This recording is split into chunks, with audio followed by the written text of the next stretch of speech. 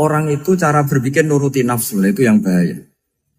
Makanya Quran kritik ara'aita man ittakhadha ilahahu hawa. Orang yang cara berpikir itu nuruti hawa nafsu. Kalau zaman Nabi, zaman sahabat, zaman ulama itu enggak seperti itu. Sehingga cara berpikir itu mudah. Makanya kata Nabi absyiru ya ma'syaral muslimin kata. Kamu harus senang ya ma'syaral muslimin. Allah sekarang buka pintu langit yang sebelumnya enggak pernah dibuka. Dan Allah yubahi bikum malaikatah. Dan Allah membanggakan kamu kepada para malaikat. Kenapa? Umatnya Muhammad, umatnya Rasulullah Muhammad SAW, itu kalau sampean kepengen mati setiap saat itu baik, itu resepnya gampang kata Nabi. Addu faridotan wantadzoru ukhra. Jadi Allah memberitahu, ya Muhammad umatmu ini luar biasa. Jadi misalnya tadi kita sholat subuh, ditanya, Bahak kamu sekarang ngapain? Nunggu sholat duhur ya. Setelah sholat duhur ditanya lagi nunggu apa asar. Sehingga faman kanat hijratuhu ila Allah wa rasulih fa hijratuhu ila Allah. Jadi kalau ya sudah ini tak ijazahkan. Kalau setelah sholat subuh nunggu apa? Duhur. Setelah duhur nunggu. Sehingga ketika kita mati itu statusnya penunggu sholat. Tapi kamu kan enggak miskin. Kenapa? Penunggu kaya. Ya itu enggak masuk surga itu. Penunggu kemapanan. Berarti kan menunggu sesuatu yang seleranya nafsu. Beda kalau penunggu sholat. Berarti kamu di dunia menunggu ritual ibadah. Maka di antara ijazahnya Nabi apa? Addu faridotan wantadzoru ukhra. Melakukan satu fardu. Kemudian kita menunggu tugas berikutnya. Jadi niati saja setelah subuh nunggu apa? Duhur. Setelah duhur, meskipun kita di perapatan. Apa? Nunggu asar ya. Tapi ya asar betul, jangan nunggu tok pas asar ndak. Jadi sebetulnya umat ini gampang sekali. Jadi di antara kebanggaan Allah, yubahi itu Allah bangga dengan malaikatnya adalah umat ini adalah addu faridotan wantadzoru ukhra, melakukan satu fardu kemudian menunggu fardu yang lain. Dari mengkhidmati kampus, ingin mengkhidmati masyarakat, dari satu masyarakat lokal Semarang menjadi sampai sekarang sampai Banjarmasin, Unisula mau bikin kampus di sana terus gitu. Dari satu tugas ke tugas yang lain. Makanya Islam diajarkan setelah satu tugas selesai, faida faruh tafan sok. Jadi sehingga hidup kita itu dinamis. Dari satu kebaikan menunggu kebaikan lain, dari satu kebaikan menunggu. Sehingga hidup kita ngapain? Nunggu satu kebaikan. Ini sudah masuk faman kanat hijratuhu ila Allah wa rasulih, fa hijratuhu ila Allah wa rasulih. Sehingga bayangkan kalau kita direkam Allah. Gusti kula ampun mati nak dereng sugih. Wis melarat puluhan tahun, sakit, nunggu sesuatu sing sifatnya nafsu, kepengin sugih. Sugih tok aja cukup. Tahu buruh wong sing tahu ngenyek ndekne lho, itu kan urung-urung wis dendam. Saya belum mau mati sebelum kaya dan buruhkan orang yang pernah melecehkan saya. Wis ngono akhirnya mati urung sugih. Berarti wis fakir matine hasud. Mau itu ngenes dunia akhirat kan kira-kira seperti itu.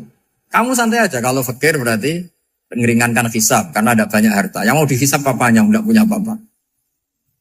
Jadi saya mohon sekali ya, Islam itu mengawal kebahagiaan.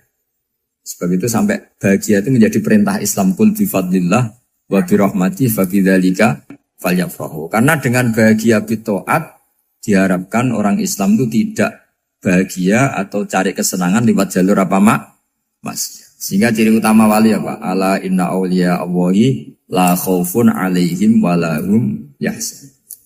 Sehingga ulama dulu itu rileks. Termasuk yang saya ceritakan tadi, Imam Ahmad, Imam Syafi'i, itu melihat apa saja rileks. Ya tadi kalau disenangi orang ya barokah, punya kawan kebaikan. Nak dineng ya barokah dineng di gedingi tonggo rada utang, ngeranjuk tulung gitu. Jadi rileks saja. Masyhur itu Imam Syafi'i ngendikan waman asaa ilaika faqat atlakoka. Orang yang berbuat buruk sama kamu hakikatnya adalah membebaskan kamu. Atlako itu apa? Membebaskan. Enak gak jadi hidup gitu? Kalau kamu kan enggak, kok gedeng aku salahku apa?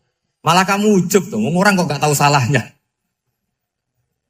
Kamu jadi suami, istrinya ngomel, kurang apa saya sebagai suami? Ya kurang banyak, enggak ganteng, enggak kaya, enggak ini. Malah kalau diterangkan malah parah toh. Ya sudah rileks saja. Kalau dia ngomel ya tadi, alhamdulillah dapat pahala tanpa apa? Biaya. Terus ngomel kan butuh energi, paling yang tidak kuat 3 jam. Nanti juga berhenti apa? Terus ambil nilai positifnya. Misalnya ngomel sama suaminya, bagus lah. Kalau ngomel sama tetangga malah kayak apa gitu aja udah. Jadi ulama dulu itu gampang sekali melihat melihat hidup. Rasulullah ya gitu, melihat hidup tuh gampang saja. Ketika tanya, ya Aisyah apa ada sarapan? Tidak ada ya Rasulullah, ya sudah saya tak puasa. Jadi enteng saja. Kadang-kadang beliau ingin puasa, ya puasa sunat, ada sarapan nggak jadi puasa. Rileks. Nabi itu rileks. Kalau ngajari kebaikan juga rileks.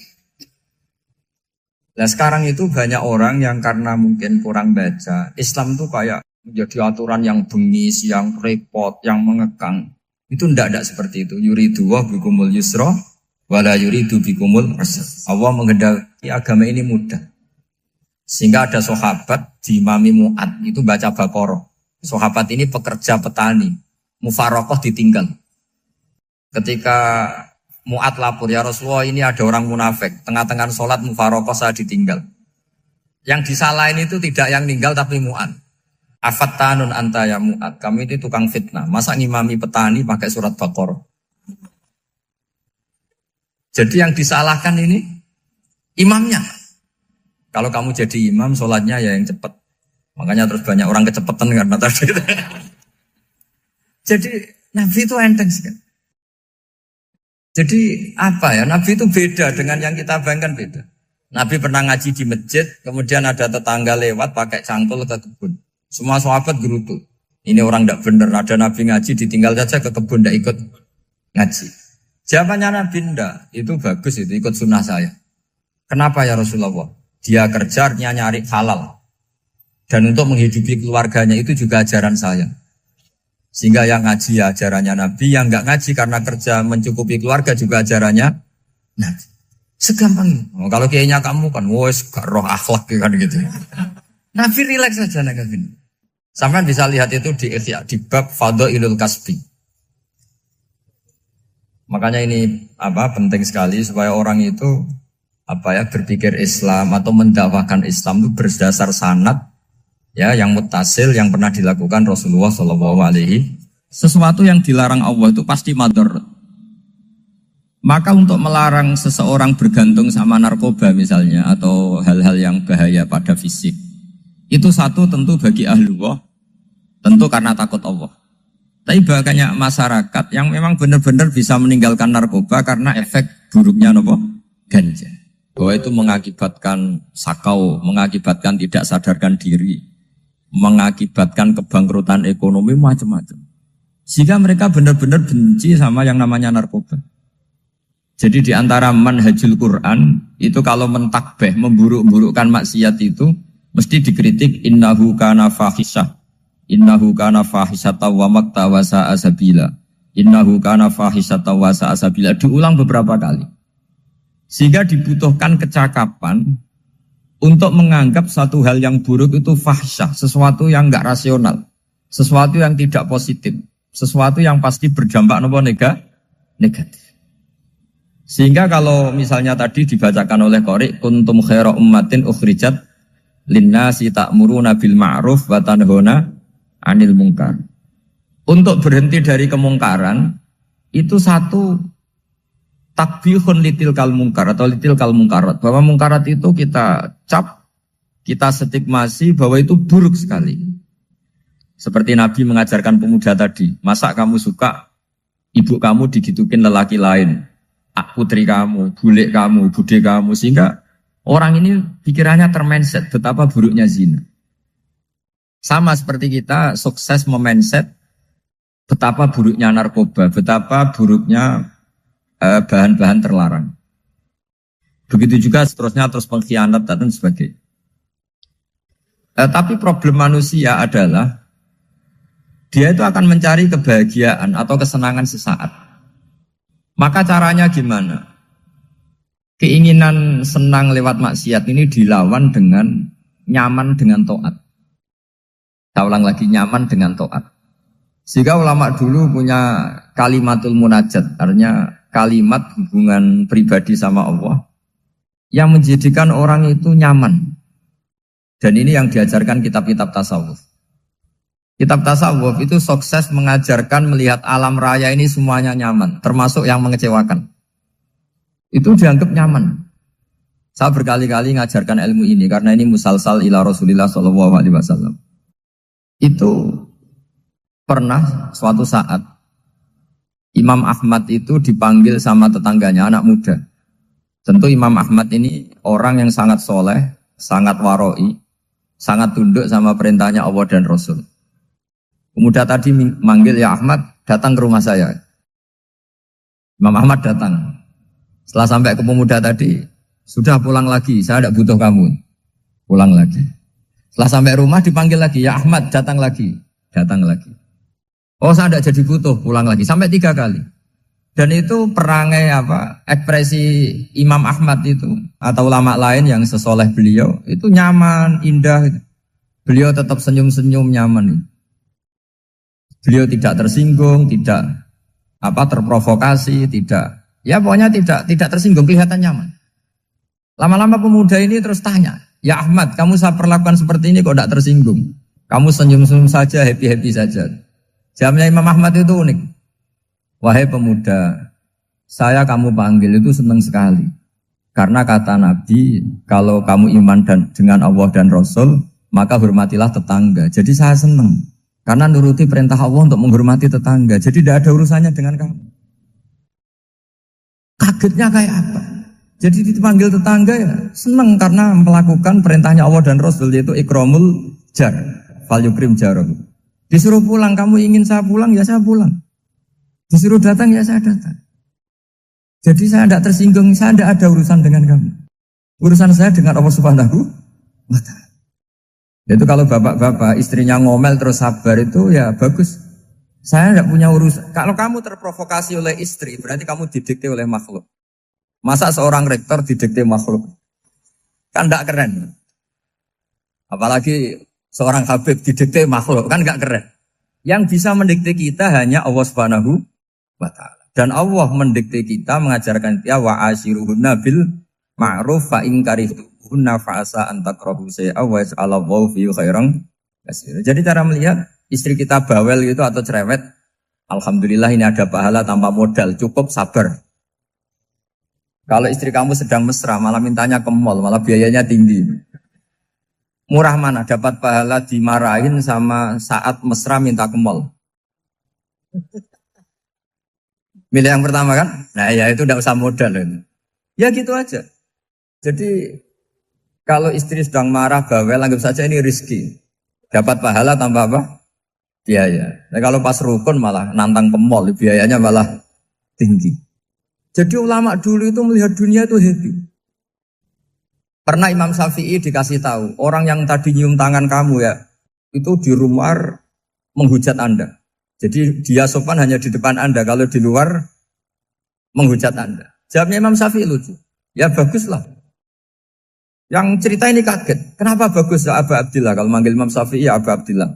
Ya berarti saya masih wibawa, di depan saya tidak berani katanya. Jadi dipandang enteng saja. Jadi kalau kamu, di depan kamu, istri kamu tidak berani belanja, tidak ada kamu belanja banyak. Anggap saja Anda wibawa. Jadi enteng saja. Pernah Imam Syafi'i dikasih tahu, separuh dari kampung Anda itu gak suka kamu. Ya bagus lah, kenapa? Oh nak rukun malah bakal utang katanya gitu. Kira-kira yang utang itu yang rukun apa yang neng-nengan? Yang rukun. Jadi enteng saja. Masyhur itu makalahnya Imam Syafi'i. Waman asa'a ilaika faqad atlaqaka. Orang yang berbuat buruk sama kamu berarti membebaskan kamu. Kalau saya sedang nenengan sama Habib Hasan Toha Putra, beliau naik Alphard gak nawarin saya sah karena baru nenengan. Tapi kalau sedang rukun malah harus repot mana? Rukun sama ndak rukun? Repot rukun sebetulnya. Jadi Imam Syafi'i itu happy saja. Kalau sedang rukun sama tetangga ya dianggap rukun itu satu kenikmatan. Sedang tidak rukun ya dianggap satu kenikmatan. Jadi orang dulu itu serilek itu melihat dunia. Kalau kita kan enggak, ego. Wah saya ini suami kok dimarahin istri. Wah ini egonya bangkit. Padahal egonya bangkit itu ada kebodohan di situ. Yaitu seorang rektor didikte seorang istri, seorang makhluk. Apalagi kalau Anda daftar wali itu tidak akan jadi wali. Ini wali kok tunduk sama makhluk. Karena didikte apa? Makhluk. Maka Imam Ahmad ketika tetangganya bully gitu ya santai saja, beliau happy. Ketika pemuda tadi iskal janggal. Kenapa kamu gak tersinggung ya Ahmad? Memangnya saya harus tersinggung gimana? Kan tak panggil tidak jadi, tak panggil tidak jadi. Hei pemuda, saya ini tidak punya urusan dengan kamu. Saya nuruti kamu karena perintahnya.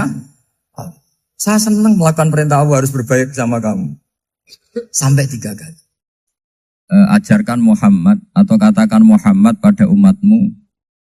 Sebaiknya atau seharusnya mereka hanya gembira dengan melihat fadlnya Allah dan rahmatnya Allah. Ini harus kita pahami mulai dari konstruksi yang paling pokok, yaitu akidah. 2 ahwal. Ahwal itu 1 perilaku sosial. 3 mutammimat, sesuatu yang tidak pokok, tapi kita butuhkan dalam mengawal hidup ini. Saya beri contoh, itu sampai maksiat, itu karena cari kesenangan. Misalnya baru penat itu, ingin seneng, ada orang yang macam-macam lah, ingin melihat maksiat, apa itu pornografi, apa nyabu, apa macam-macam. Itu sebetulnya agama punya konsep yang luar biasa, yaitu seharusnya seseorang itu gembira. Gembira dengan ketaatan. Lalu pertanyaannya caranya gembira gimana? Gembira itu mudah. Jadi misalnya kamu sujud sama Allah Subhanahu wa taala. Terus cara berpikir begini. Ini sekaligus ijazah. Cara berpikir begini. Ya Allah, ini kata Sayyidina Ali, kafani izzan an akuna laka abdan wa kafani fakhran an takuna li rabban. Ya Allah, betapa sialnya saya andaikan saya jadi budak dari makhluk yang sama. Misalnya sampean itu seorang kiai atau rektor atau doktor atau orang terpelajar, kemudian kamu jadi budak atau hamba dari makhluk yang setara. Betapa hinanya saya. Maka kata Sayyidina Ali, ya Allah saya ini cukup bahagia, cukup bangga karena jadi budak, jadi hamba dari zat yang super atau yang maha super. Jadi kok Allah Subhanahu wa ta'ala. Sehingga ada kebahagiaan yang luar biasa karena menjadi hambanya Allah Subhanahu wa ta'ala. Setelah bangga dengan jadi hambanya Allah, maka kita akan malu. Malu misalnya kok saya bahagia itu nunggu melihat pornografi, melihat maksiat. Itu terus menjadi malu. Kenapa saya bisa didikte oleh hal-hal seremeh itu? Ya, kita malu karena didikte oleh hal-hal yang seremeh itu. Karena kita didikte oleh nafsu. Jadi izzatun nafsi, satu harga diri seseorang itu harus dihidupkan untuk hanya tunduk kepada Allah SWT. Sehingga Nabi itu melatih satu logika tarkul ma'asi. Nabi itu dulu ketika ada seorang pemuda yang ya karena mungkin pemuda ya, dia itu mau masuk Islam, tapi uniknya kata pemuda tadi, saya masuk Islam tapi asal dibolehkan bebas zina. Jadi ini agak sableng gitu. Jadi mau masuk Islam syaratnya dibolehkan apa? Zina atau free sex gitu. Karena orangnya agak hiper. Itu Nabi tidak langsung mengancam dengan neraka enggak. Ketika mau pamit gitu semua sahabat melarang. Mah itu jangan, kamu jangan suan Nabi. Itu permintaan yang enggak masuk akal. Setelah lama ditahan terjadi kegaduhan di masjid. Nabi dengar itu ada apa itu? Itu ada pemuda yang mau masuk Islam tapi yasta'dzinuhu fi zina. Tapi mereka minta izin Nabi untuk tetap boleh zina. Kata Nabi, pemuda itu suruh masuk, suruh menghadap saya. Ketika menghadap Nabi, saya ulang lagi ketika menghadap Nabi, Nabi mengajarinya itu luar biasa. Nabi tidak langsung mengancam dengan neraka atau dengan azab tunda. Tapi kata Nabi, Atau hibbuhu li ummik. Kamu suka kalau ibu kamu tuh jadi demenannya orang banyak. Pondok ya Nabi. Yang demen ibu saya tak bacok kan. Karena ini ya agak preman. Di mana-mana orang nakal agak preman. Terus atau hibbuhu li bintik. Kamu suka kalau putri kamu ya digitukan orang-orang. Oh ya enggak Nabi. Yang gitukan putri saya tak bacok. Atau hibbuhu li kholatik. Kamu suka kalau bule kamu digitukan. Atau hibbuhu li ammatik. Kamu suka kalau saudara bapak kamu digitukan. Nabi itu mengeset ya. Cara sekarang itu otak mungkin. Nabi itu meluruskan otaknya anak muda itu. Betapa buruknya zina. Cara bahasa Arab ditakbih. Betapa buruknya zina. Kamu suka kalau korbannya ibu kamu, putri kamu, bude kamu, bule kamu. Sehingga orang itu matur ya hasbuka ya Rasulullah. Ini sudah cukup. Saya tidak pernah melihat sesuatu seburuk zina. Jadi fa'al qawwa fi qalbihi bughdha zina. Kemudian Allah meletakkan di hatinya, menanamkan benci zina. Sehingga akhirnya pemuda tadi menjadi iffah, menjadi menghindari zina. Artinya begini ya, ini mungkin yang lolos dari para kita sebagai dai, kita tidak belajar banyak tarbiyahnya Rasulullah Shallallahu Alaihi Wasallam. Jadi kalau kita benci maksiat, itu jangan hanya ditakhzir, ditakutkan neraka itu enggak. Jangan hanya itu. Tapi di logika. Jadi kalau kita menghindari maksiat, itu selain karena takut azab, itu ada logika. Ada rangkaian pikiran yang menjadikan kita anti satu perbuatan apa maksiat. Jadi misalnya gini ya, kira-kira ginilah kalau contoh gampang itu.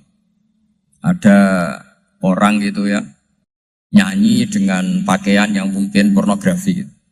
Mungkin pemuda-pemuda ingin melihat itu, tapi bisa diobati gini. Kok enak dekne mergawe kok tak bayar, ya aku kehilangan duit. Meskipun dengan logika yang agak serampangan, yang penting menjadi kita ini punya harga diri untuk tidak tergantung hal-hal seperti itu. Sehingga Nabi itu cara menggambarkan tadi mulai atuhibbuhu li ummik, kalau ibu kamu jadi demenannya orang lain. Pemuda tadi bilang yang demen ibu saya mau saya bunuh.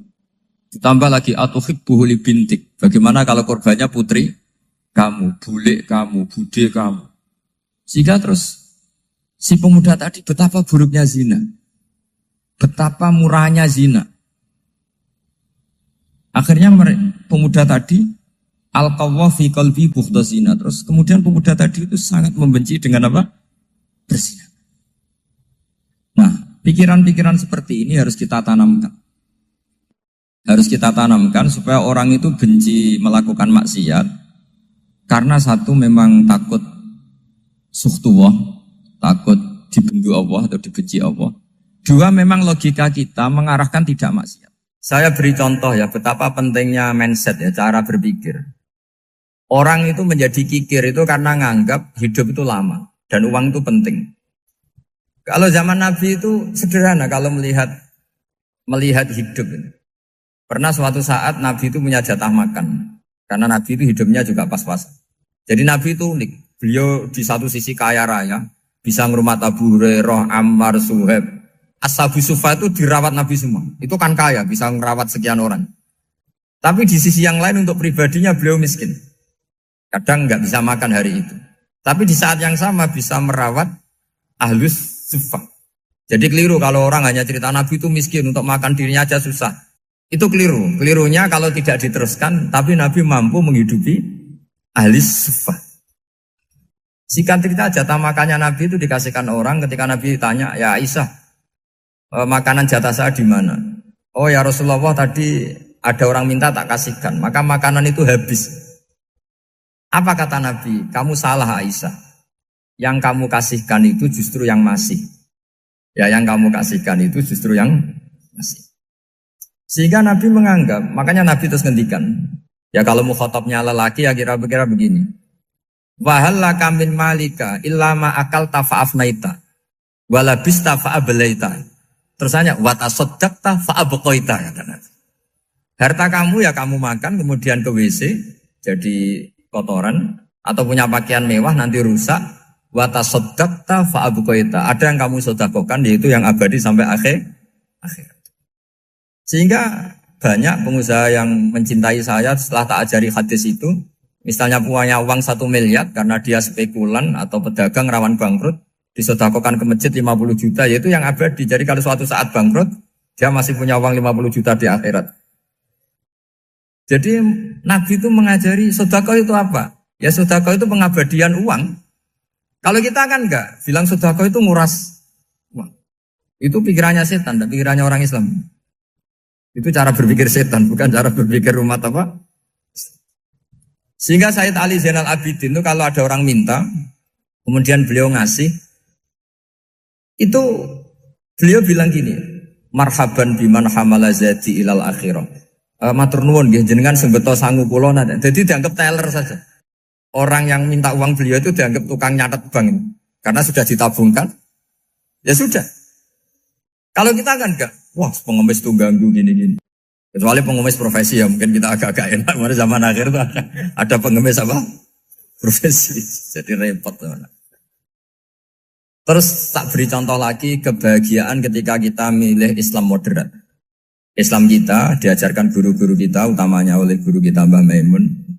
Saya juga sering ketemu beberapa ulama dunia, termasuk Habib Umar. Saya juga ikut sowan ke sini pas beliau sama Habib ini Hasan Toha Putra di sini sama orang-orang moderat. Itu cara berpikir juga luar biasa indah. Beliau pernah cerita ya, beberapa ulama lah, banyak yang cerita itu. Saya pernah diceritani seorang alim ketika ada orang ekstremis itu mau ngebom di tempat maksiat. Kebetulan yang maksiat itu kebanyakan ya orang Islam. Karena di negara yang mayoritas Islam. Ditanya sama Syekh Sa'rawi. Syekh Sa'rawi itu mufassir top di mana? Mesir. Ini mau tak habisin karena mereka orang Islam kok maksiat terus. Terus ditanya sama Imam Sa'rawi. Laumatu ala khini ma'asihim aina masiruhum. Kalau mereka mati dalam keadaan maksiat, mereka kemana? Ya ilanar, mereka pasti masuk neraka. Terus ditanya sama Imam Sa'rawi, wahal masiruhum ilanar muradun nabi amla. Punya umat maksiat kemudian mati masuk neraka, itu yang diinginkan Nabi apa enggak? Ya tidak aja. Ya sudah, enggak usah dibom, ditunggu tobatnya kata. Karena kalau mati dalam keadaan itu ke neraka dan itu tidak yang diinginkan Rasulullah Sallallahu Alaihi Wasallam. Terus ekstremis ini menjadi tobat, tidak berpikir ekstremis Mas. Jadi orang itu harus berpikir mindset yang baik. Meskipun kadang berpikir baik itu ya agak-agak kacau. Ada seorang wali majdud itu kalau berdoa agak kacau, tapi nggak bisa dibantah. Masyhur itu doa itu. Ini sekaligus ijazah, tapi kalau sebelum wali nggak boleh. Itu datang ke makamnya Rasulullah SAW. Terus doanya itu begini. Ya Allah, sekarang terserah engkau. Ya Allah, sekarang terserah engkau. Jika saya kamu jadikan orang soleh, jika saya engkau jadikan orang soleh, maka surra habibuk, maka kekasihmu ini senang. Yang susah musuhmu yaitu setan. Tapi kalau engkau menjadikan saya orang fasik, maka yang susah kekasihmu, yang senang musuhmu. Jadi kan punya dua pilihan itu. Wah itu kan doa tapi kayak teror itu. Ya jadi berdoa di Raudhah. Wah itu pasti mandi itu karena agak-agak maksa Tuhan itu. Ya Allah, engkau punya dua pilihan. Jika saya jadi orang soleh, maka kekasihmu ini senang. Musuhmu yang susah yaitu setan. Tapi jika saya jadi orang fasik, maka musuhmu yang senang, kekasihmu yang susah. Mohon terserah jenengan, mau menyenangkan kekasihmu, apa menyenangkan musuhmu gitu. Kira-kira gimana? Kalau tertarik boleh doa itu dipraktekkan. Tapi kayaknya kalau copy paste itu gak keren, apa? Jadi dulu orang itu muamalah sama Allah dan Rasul itu rileks. Rileks itu nyaman karena ya tadi qul bi fadlillah wa bi rahmati fa bidzalika falyafrah. Sehingga Imam Izzuddin bin Abdissalam itu ngendikan innalladzina yarmunal muhsanatil ghafilat. Di antara kebaikannya ibu-ibu atau mbak-mbak ini harus berstatus ghafilat. Perempuan-perempuan pelupa. Ghafilat itu pelupa. Pelupa dari kenikmatan maksiat sehingga mereka dengan taat. Misalnya ada ibu-ibu atau mbak-mbak atau juga bapak-bapak tahajud, kemudian nyaman dengan tahajud itu. Kira-kira terbersit enggak ingin maksiat? Enggak kan, karena sudah nyaman dengan tahajud, dengan taat. Maka dibutuhkan kenyamanan dalam beribadah. Sebab itu ala bidzikrillahi tatmainnul qulub. Makanya saya termasuk kiai yang setiap ngaji itu happy, seneng. Karena ini untuk kampanye, seneng dengan ngaji, dengan taat itu sudah luar biasa. Kayak apa kalau mereka senengnya kalau nunggu melakukan maksiat. Jadi termasuk bentuk perlawanan kita terhadap maksiat adalah usahakan kamu tuh bahagia, seneng dengan taat. Istiqnas billah, mu'anasah billah, farah billah, itmi'nan tumaknina billah. Sehingga ini mencukupkan kita tidak berkebutuhan maksiat. Meskipun kita ya manusia, pasti suatu saat atau sudah pernah maksiat. Serasa diceritakan lah, itu mesti gitu. Lah orang-orang dulu itu orang yang sukses mengelola bahagia ma'allah wa billah walillah. Jika wali-wali dulu itu jadi wali itu tidak mesti karena ibadahnya banyak, itu enggak. Mereka orang yang ibadahnya itu biasa. Biasa-biasa sekali. Ulama-ulama dulu ibadahnya biasa sekali. Tapi qulubuhum ma'allah, hatinya itu ma'allah. Itu ada seorang wali, itu jadi wali, Umar bin Abdul Aziz, yang dikenal khamisul khulafa. Khamisul khulafa. Di luar khulafa Ar-Rasyidin 4, di antara yang soleh adalah siapa? Umar bin Abdul Aziz. Itu ketika mau meninggal, itu senangnya bukan main. Itu semuanya nangis, beliau senang. Terus tanya, kenapa kamu senang? Memangnya saya kalau mati itu kemana aja?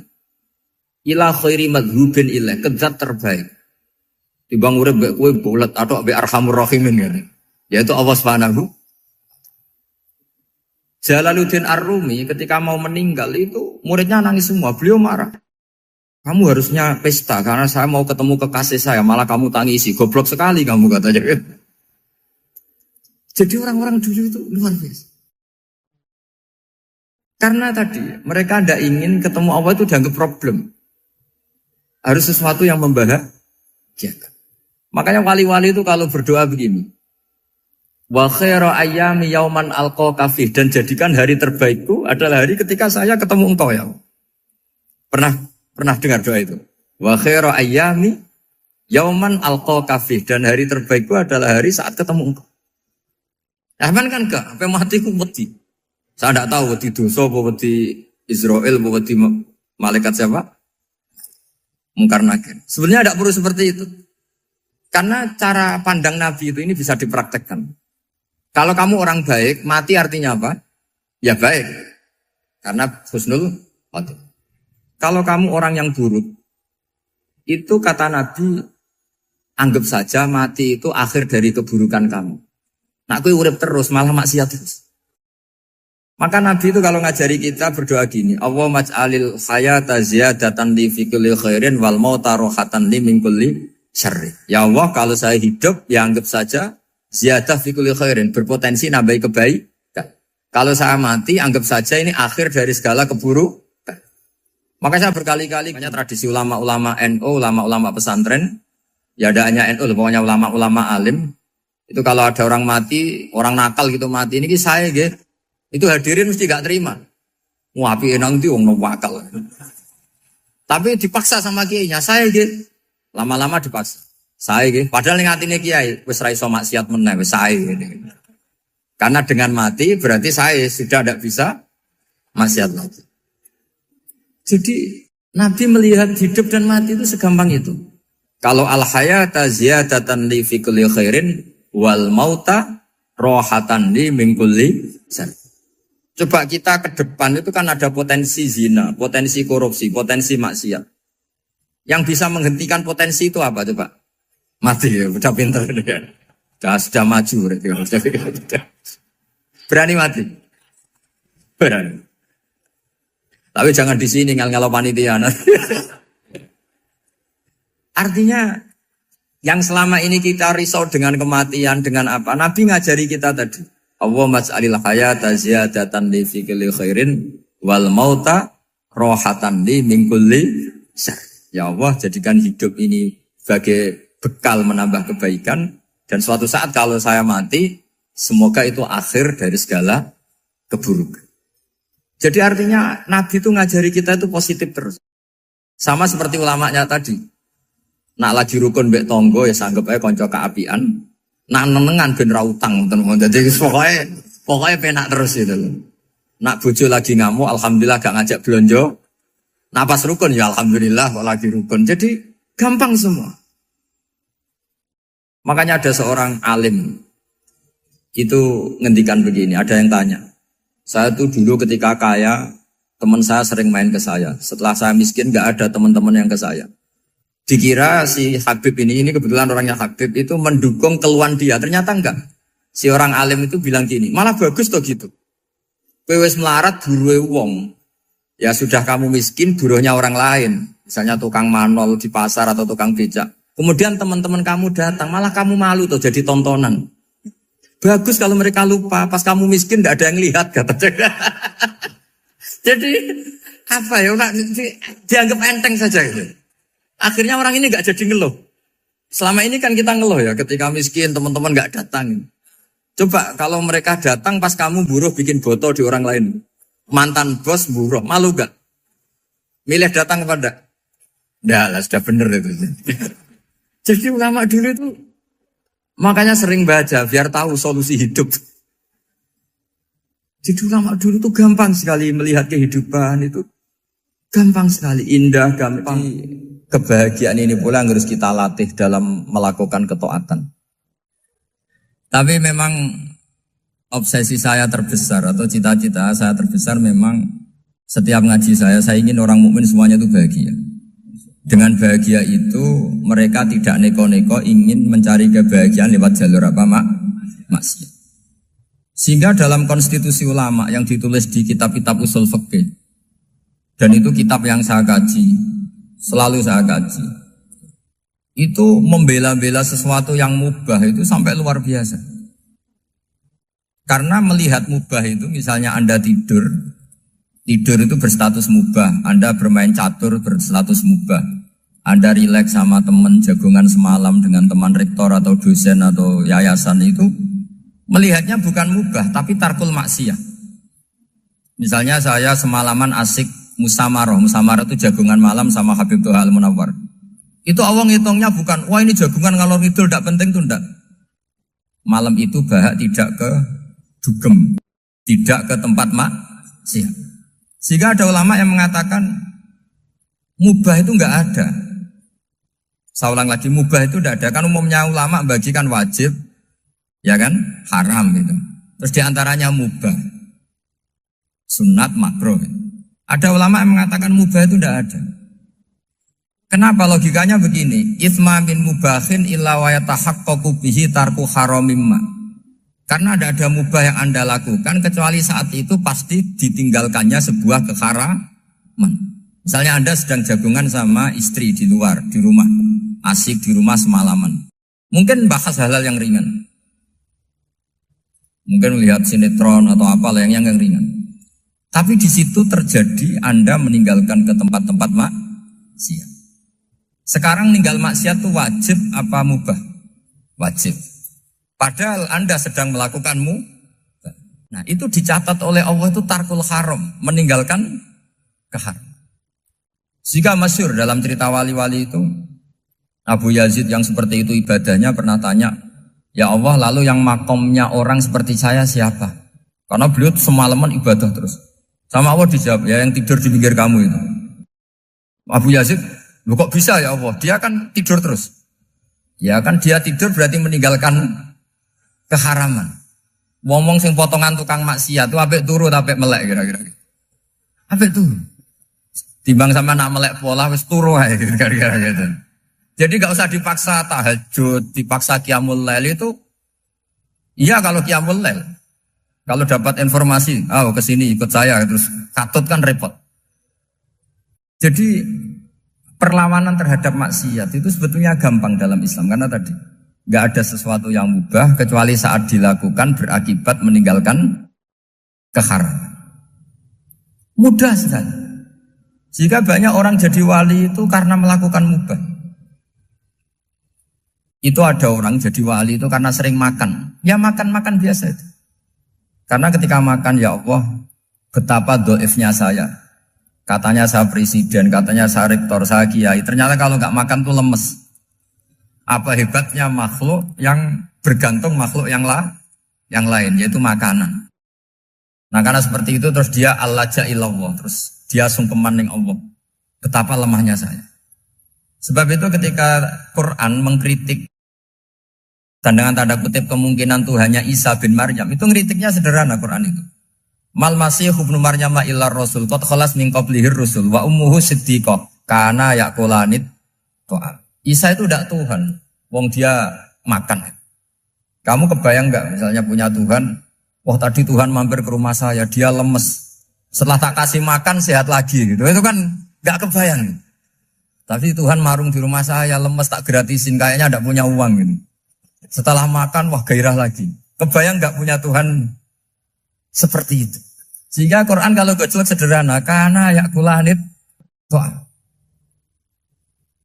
Sehingga wali-wali itu kalau makan itu sadar lemahnya dirinya, betapa dirinya tergantung makanan.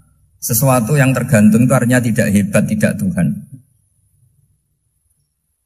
Jadi untuk menjadi wali, untuk menjadi dapat ridhonya Allah itu sebenarnya sederhana. Termasuk ada cara jadi wali yang agak kacau, tapi ini ya benar, asal niatnya benar. Misalnya Unisula besar, ya kurang besar lagi. Kita sudah punya uang, kurang banyak uang lagi. Itu Nabi Ayub, itu kan seorang nabi. Pernah diuji, oh ini ada di Sahih Bukhari. Nanti kamu tanya, hadisnya Sahih enggak? Ini ada di Sahih Bukhari. Kadang orang kota itu aneh. Enggak ahli hadis tapi tanya, Sahih enggak? Padahal andai kan dibodohi Sahih, ya ngandel saja. Jadi kadang ya aneh. Oh enggak tahu kok tanya. Itu Nabi Ayub itu sudah kaya, pas itu sudah kaya. Bukan cerita yang masih miskin, memang sudah kaya. Beliau di kamar dihinggapin satu belalang dari emas.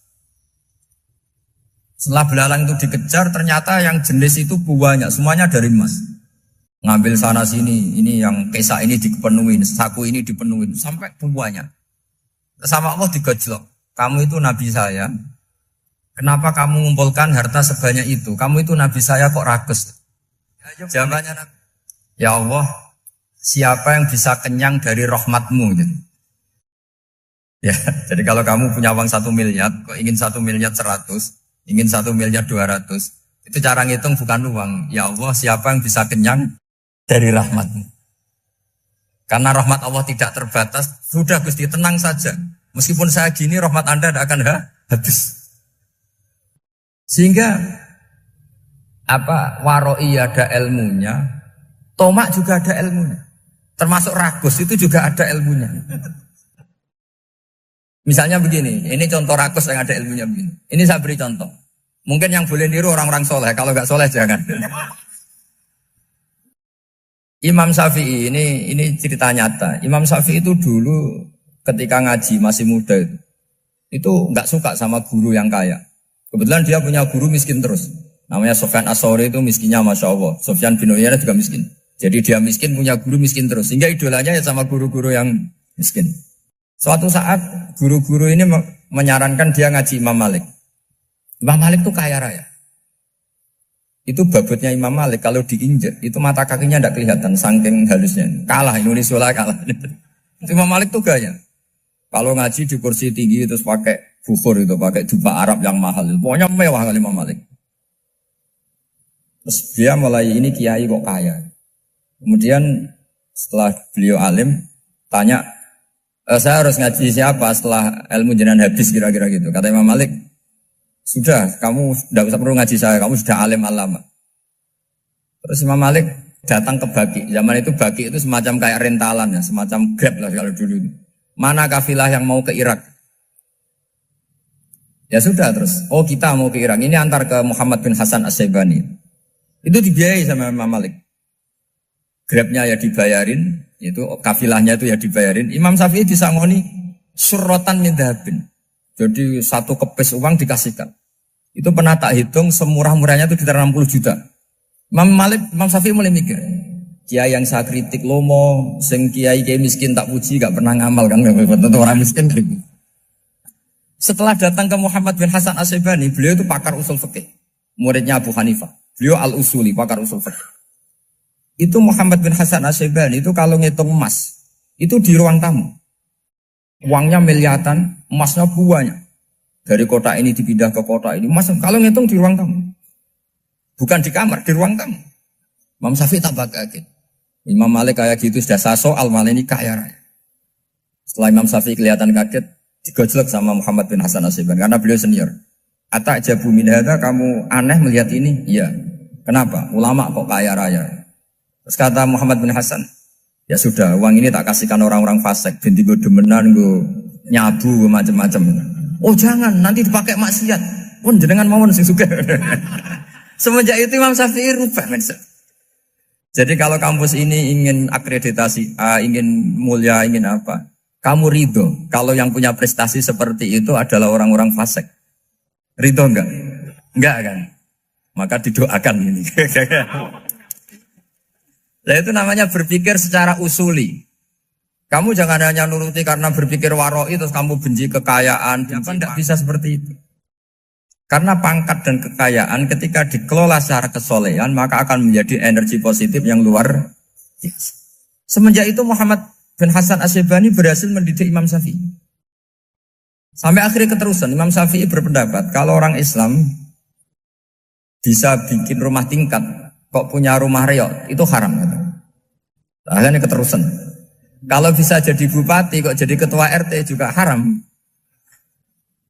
Karena al-Islam ya'lu wala yu'la alaih. Islam itu luhur bukan bisa diluhurin. Sehingga rata-rata orang Syafi'iyah termasuk kiai-kiai Indonesia itu rata-rata ya agak-agak politikus. Ya agak-agak kedonyan, mungkin sebagian kedonyan tenan gitu. Karena gak ridho gitu loh. Kalau kesempatan itu dikuasai orang fasik kemudian menjadi kekuatan maksi. Coba kalau bupati itu orang yang fasik. Kemudian programnya supaya rakyat seneng semalaman dangdutan yang purno misalnya. Supaya rakyat seneng dibolehkan dugem, dibolehkan judi. Tapi kalau yang jabat orang soleh kan ada beberapa perda yang menolak penyakit apa? Masyarakat. Jadi kamu jangan melihat bahwa kepangkatan ini hanya sebagai alat korupsi, alat otoriter, enggak. Asal kena orang soleh, maka ini menjadi energi kesolehan atau energi positif. Sebab itu ketika Allah muji para nabi yang soleh, diantaranya disifati apa?